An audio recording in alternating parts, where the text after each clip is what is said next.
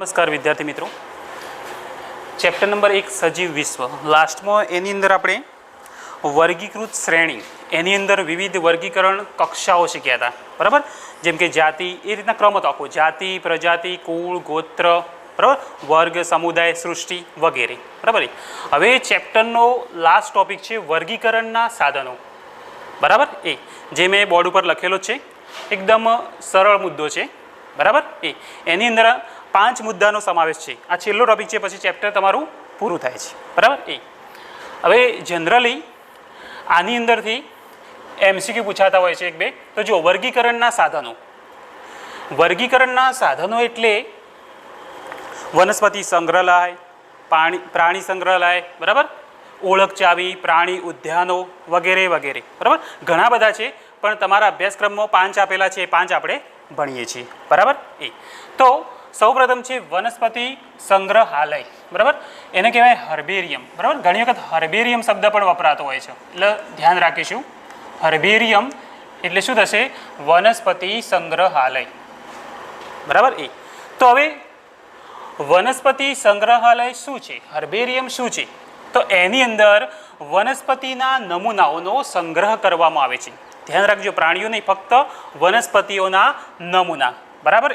અને એ કેવા હોય છે? મૃત અવસ્થામાં. બરાબર, જીવંત હોતા નથી. હવે એ સંગ્રહવા માટે આ પ્રક્રિયાઓ કરવામાં આવે છે. કઈ કઈ છે? શુષ્કન, દાબણ અને પરિરક્ષણ.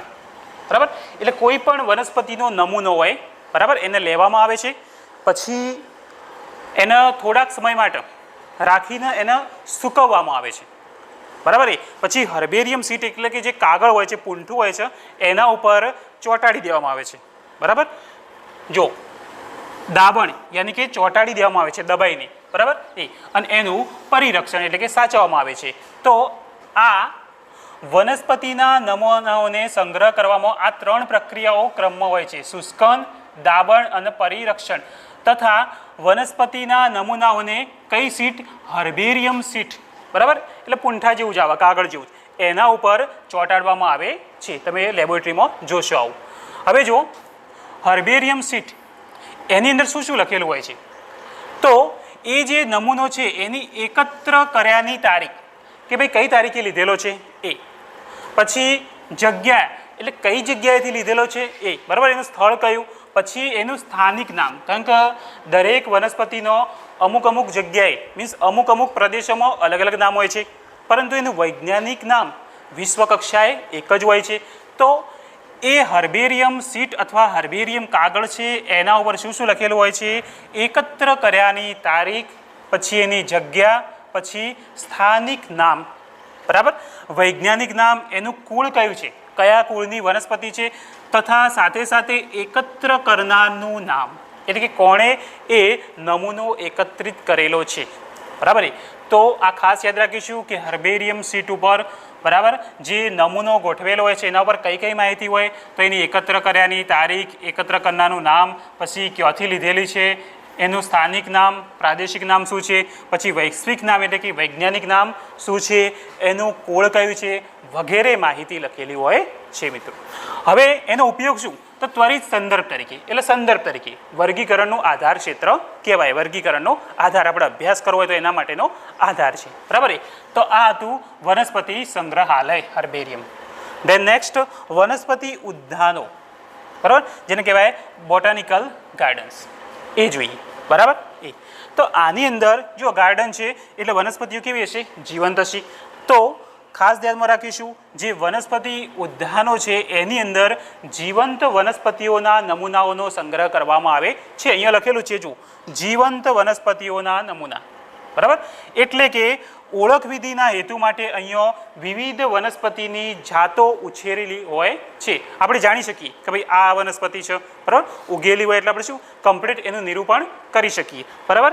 પણ સાથે સાથે એ જે વનસ્પતિ ઉગાડેલી હોય છે એ દરેક વનસ્પતિ ઉપર એક કહેવાય છે ને કે કાપલી ચોંટાડી હોય છે, કાગળની ટીકડી હોય છે, એના ઉપર શું એ વનસ્પતિની માહિતી હોય, જેમ કે એનું કુળ કયું છે, એનું વૈજ્ઞાનિક નામ કયું છે, એની જાતિ કઈ છે, વગેરે વગેરે લખેલું હોય છે.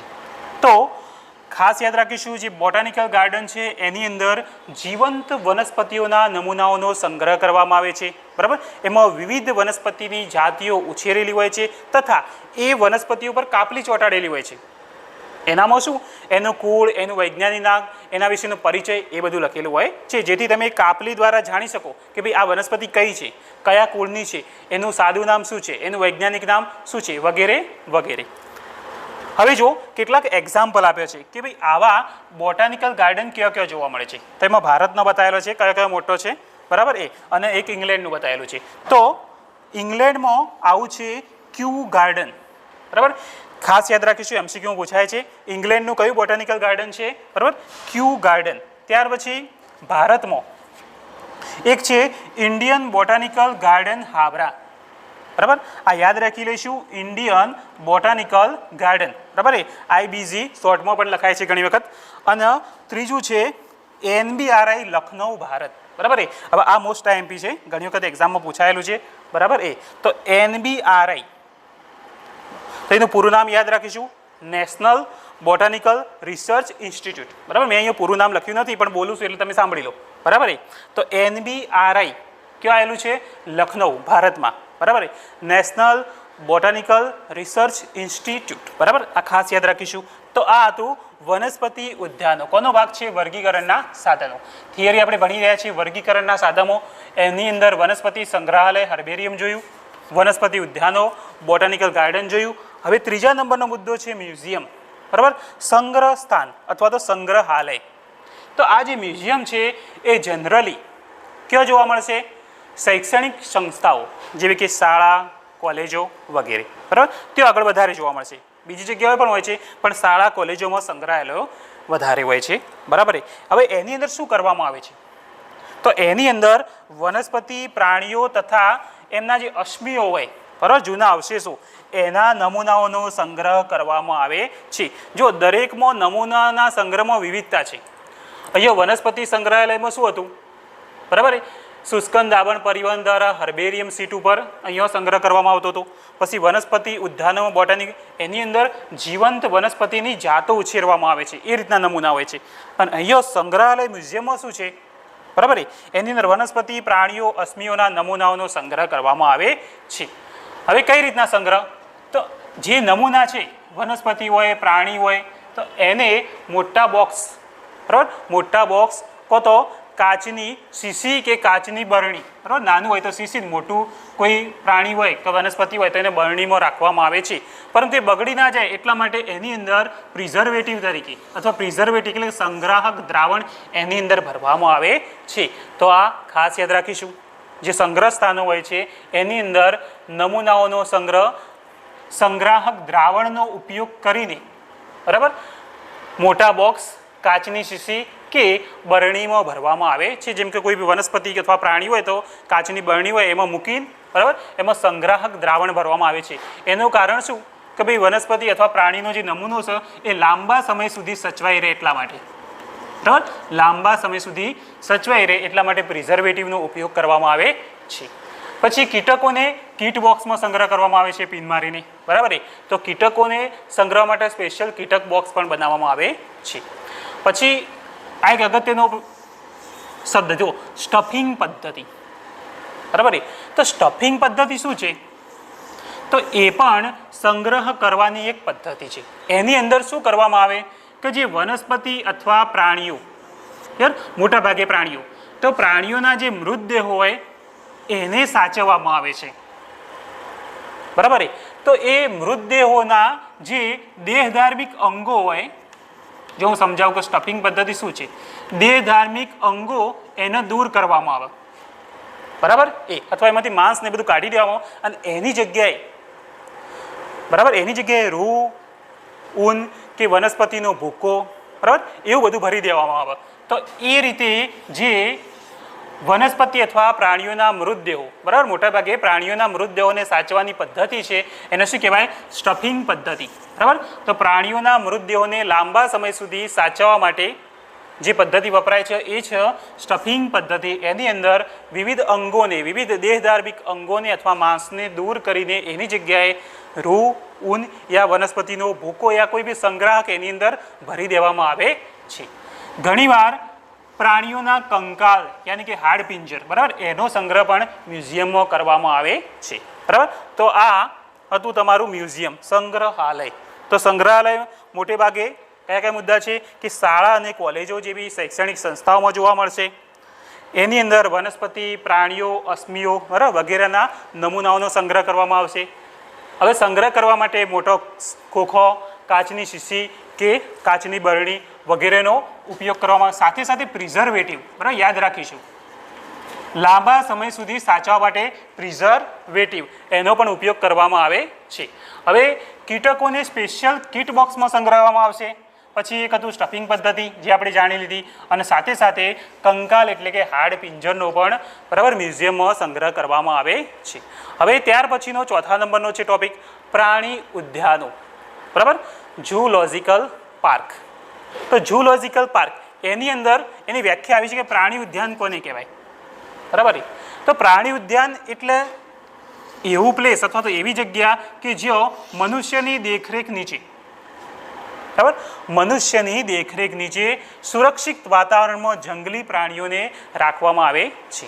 જેમ કે તમે પ્રાણી સંગ્રહાલય કે ઝૂ જોવા જો, બરાબર, પ્રાણી સંગ્રહાલય, તો એની અંદર વિવિધ પ્રાણીઓ રાખેલા હોય છે, બરાબર, એમને ખાવાનું બધી સગવડો પૂરી પાડવામાં આવે છે. તો પ્રાણી ઉદ્યાનની વ્યાખ્યા એવી જ છે કે એવી જગ્યા કે જ્યાં મનુષ્યની દેખરેખ નીચે સુરક્ષિત વાતાવરણમાં, બરાબર, એમને રાખેલા હોય છે. સાથે સાથે એમના પ્રાકૃતિક નિવાસસ્થાનો જેવી અનુકૂળતા પણ પૂરી પાડવામાં આવે છે, બરાબર. એમને જે ખોરાક જોઈતો હોય, જે પ્રકારની અનુકૂળતાઓ જોઈતી હોય એ બધી ત્યાં આગળ પાર્કની અંદર, ઝૂલોજિકલ પાર્કની અંદર અથવા ઝૂની અંદર પૂરી પાડવામાં આવે છે, જેને સાદા શબ્દોમાં હવે પ્રાણી સંગ્રહાલય અથવા ઝૂ તરીકે પણ ઓળખીએ છીએ, બરાબર. તો પ્રાણી ઉદ્યાનો. હવે છેલ્લું જો ઓળખ ચાવી. હવે ઓળખ ચાવી શું છે? તો એ પણ વર્ગીકરણીય આધાર છે, વર્ગીકરણ ક્ષેત્રનો એક આધાર છે. એની અંદર કોઈ પણ વનસ્પતિઓ હોય, પ્રાણીઓ હોય, તો એમની સમાનતાઓ અને અસમાનતાઓ એને લક્ષમાં લઈને વર્ગીકરણનો, બરાબર, ઉપયોગ કરવામાં આવે છે. સમાનતાઓ અને અસમાનતાઓ બે પાસો જોવામાં આવશે, બરાબર, એટલે કે વિરોધાભાસી લક્ષણો. કેવો? વિરોધાભાસી લક્ષણો. તો ઓળખ ચાવી શું છે કે જોડમાં રહેલા વિરોધાભાસી લક્ષણો એક, બરાબર, એને કહેવાય યુગ્મક, કપલેટ કહેવાય, COUPLET, કપલેટ, બરાબર. જોડમાં રહેલા વિરોધાભાસી લક્ષણોને આધારે ઓળખ ચાવી નક્કી થાય છે, બરાબર, જેને કહેવાય યુગ્મક. હવે ચાવી એ બે વિકલ્પો વચ્ચેની પસંદગી દર્શાવે, બરાબર. બે વિકલ્પો હોય, એમાંથી એક વિકલ્પ સ્વીકાર્ય બને અને બીજો વિકલ્પ અસ્વીકાર્ય બને, કારણ કે બે જ ઓપ્શન છે, બરાબર. એક સ્વીકાર કરવાનો છે, બીજો અસ્વીકાર, બરાબર. સાથે સાથે ચાવીમાં રહેલ દરેક જે જાહેર નિરૂપણ છે એની રૂપરેખા દર્શાવેલી હોય એને શું કહેવાય? માર્ગદર્શિકા કહે છે. આ MCQ માટે અગત્યનું છે, માર્ગદર્શિકા કહે છે. અને પ્રકૃતિમાં ચાવીઓ સામાન્ય રીતે કેવી હોય છે? એનાલિટિક, યાની કે વિશ્લેષણાત્મક હોય છે. કેવી હોય છે મિત્રો? વિશ્લેષણાત્મક, બરાબર. તો આની અંદર આ ખાસ અગત્યના છે ચાર વસ્તુ પ્રાણી ઉદ્યાનવાળા, બરાબર. આ એકદમ અગત્યનું નથી ઓળખ ચાવી. આ ચારે ચાર, બરાબર, જે મુદ્દા છે એ બરાબર તમારે તૈયાર કરી લેવા પડશે. આનું જનરલી MCQમાં ઘણી વખત પૂછાતું હોય છે, બરાબર. હવે લાસ્ટ ટાઈમમાં આપણે વિવિધ ઉદાહરણ લીધો હતો, જેમ કે અમુક આપણે મનુષ્ય લીધું. તો જે મનુષ્ય છે એનું વૈજ્ઞાનિક નામ શું આવશે? હોમોસેપિયન્સ. શું આવશે? હોમોસેપિયન. તો તમારા બુકની અંદર એક એવું કોષ્ટક આપેલું છે, એની અંદર મનુષ્ય, પછી કીટકની અંદર આપેલું છે ઘરમાખી, આવૃત બીજધારીમાં આંબો અને ગૌ. આ ચારનું કોષ્ટક આપેલું છે. એ કોષ્ટકની અંદર શું આપેલું છે? એનું વૈજ્ઞાનિક નામ આપેલું છે, પ્રજાતિ આપેલું છે, પછી કુળ આપેલું છે, ગોત્ર, વર્ગનો સમુદાય. જેમ કે મનુષ્ય, તો એનું વૈજ્ઞાનિક નામ શું છે? હોમોસેપિયમ. તો એની પ્રજાતિ શું આવશે? આગળ હોય હોમો, બરાબર. પછી એનું કુળ આવશે હોમિનિડી, બરાબર. ગોત્ર આવશે પ્રાઇમેટા, વર્ગ આવશે સસ્તન, સમુદાય આવશે મેરુદંડી. એ રીતના આ ચારે ચારનો તમારે આ કોષ્ટક તૈયાર કરી લેવાનું છે, બરાબર. જેમ કે ઘરમાખી, આંબો, ઘઉં, બરાબર. ચારે ચારનો વૈજ્ઞાનિક નામ, પ્રજાતિ, કુળ, ગોત્ર જે કોષ્ટક આપેલું છે, બરાબર. બે તો આપણે જાણીએ જ છીએ, બે એક્સ્ટ્રા એડ થયેલો છે. તો એને વ્યવસ્થિત ચારે ચાર, બરાબર, ટૂંકા પ્રશ્નોમાં પૂછાઈ શકે એવો છે, બરાબર. તો હોમવર્કની અંદર આપણે આ વર્ગીકરણના સાધનો, બરાબર, એ મુદ્દો એની અંદર જે આપણે 5 ટોપિક ભણ્યા એ, તથા આ જે વૈજ્ઞાનિક નામવાળું ચાર, બરાબર, ચાર વૈજ્ઞાનિક નામ, આંબો, ઘઉં, બરાબર, મનુષ્ય અને ઘરમાખી, એ ચારનો વૈજ્ઞાનિક નામ, એનું પ્રજાતિ, કુળ, ગોત્ર, વર્ગ વગેરેની જે માહિતી આપેલી છે એ તમારે લખીને મને સેન્ડ કરવાની છે, બરાબર. આટલું તમારું હોમવર્ક છે. હવે આપણે નેક્સ્ટ ચેપ્ટરમાં ચેપ્ટર નંબર 2 ચાલુ કરવાનું છે, બરાબર. તો એ નવા લેક્ચરમાં જોઈશું. ધન્યવાદ.